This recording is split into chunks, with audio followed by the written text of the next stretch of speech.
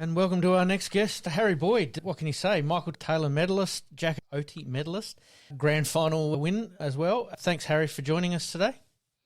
Thank you. Thanks, Pete. Thanks, Malcolm. Thanks for having me. Mate, we're going to start right at the beginning. You know, where did your career start as a junior and how did you get to the parade? So, began playing footy in Shepparton. So I played from primary school, secondary school, and then kind of my first senior club was the Shepparton Bears there. And, progressed through that and was fortunate enough to make the Murray Bush Rangers squad. So that's the, NAB League now. Yep. And after kind of going through that under-18s program, didn't get drafted and went and played a couple of years at Werribee VFL. And after that, played a year full at Shepparton again, and year off in COVID, and then I found myself at the parade at the age of 23. Did Rokes play a part in getting you to the parade? Yeah, so me and Rokes played together in a 2018 Premiership at the Shepparton Bears, and we had a really good relationship, good mates, and also just really enjoyed playing footy together. I thought we always understood each other well, and he kind of contacted me probably towards the back end of the COVID year, and just actually asked me to play footy up in Darwin, and due to injury I wasn't able to do it. I kind of injured myself trying to run a marathon of all things during the COVID year, and wasn't overly excited about moving up to Darwin, but we also got discussing Adelaide and how Norwood looked, and he passed my number on to Rossi, and a couple of weeks later, Twig, Jade Rawlings, was appointed, and I was speaking to him over the phone, and it was January 4th, 2021. I kind of drove over, packed my life up into a car, and didn't really know what I was getting myself into too much, but was excited, and the rest is history. He's done well. And you started really at Norwood more at centre half forward, and then moving into the ruck. So go through that side of things.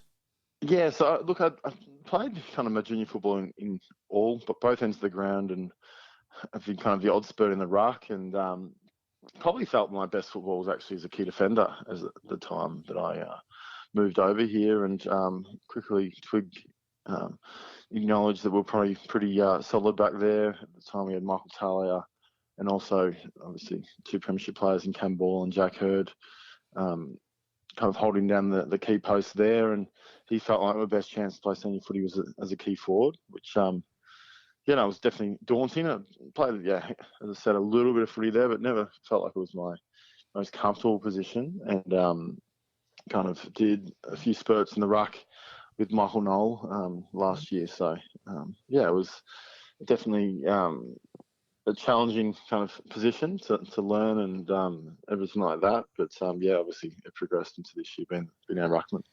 And obviously, you talk about moving into the ruck. I mean, who was, really responsible for helping you, get over that line, that hump, of going into the ruck and really dominating towards the end of the year?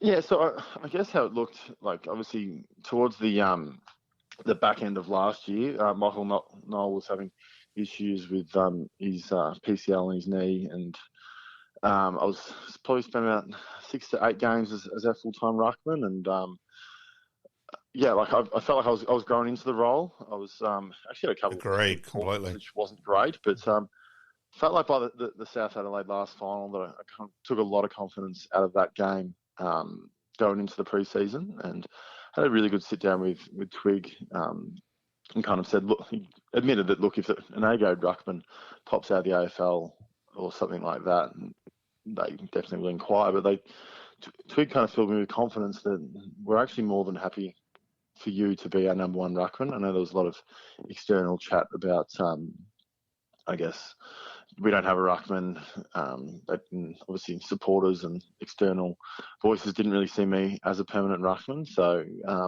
I guess it was Twig that kind of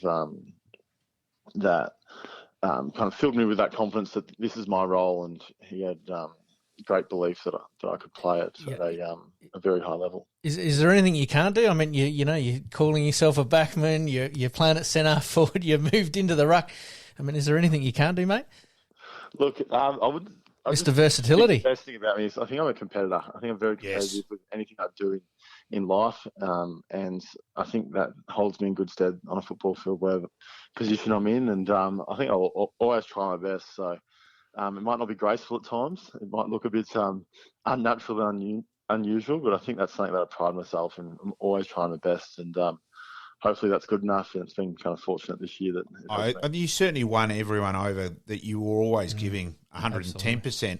I think too, it wasn't so much doubting you. It was, hey, we haven't got anyone else. That was the scary bit. That, geez, if Harry happens to get injured or is then running on empty tickets by September, we're in trouble.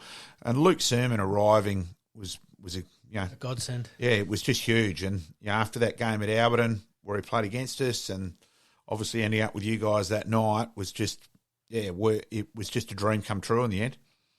Yeah, look, it's a funny one with Sermo. So firstly, I was thinking about the other day that, look, if Sermo wasn't, if he never left in the first place, I was probably playing reserves last year and not playing in the senior side. So there's a lot of sliding doors moments that go on. But I've kind of known Sermo since I moved over here because he retained a really good relationship with Nick Roker as well. And he obviously had interest of getting him back next year. But, I guess how it worked out and through a few, social outings where we were discussing with what he was doing and, kind of through the club, they decided, well, if we can facilitate this now, it's going to be good for us in the long run. He was superb. He had some really big moments throughout the final series where he changed the momentum of the game. I think big guys taking big marks can really change the momentum of the game, especially how defence is set up these days.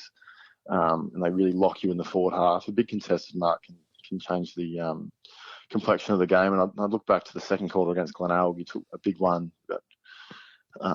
in our back half, and just from there we kind of got that confidence and got the ball forward and kicked a goal and went on with it. So he's been a fantastic acquisition. I think he's also got a lot of growth going into next year as well. Yes, I admit when the news came through that he'd signed, we'd need to be in 7-second delay for my reaction. So, yes.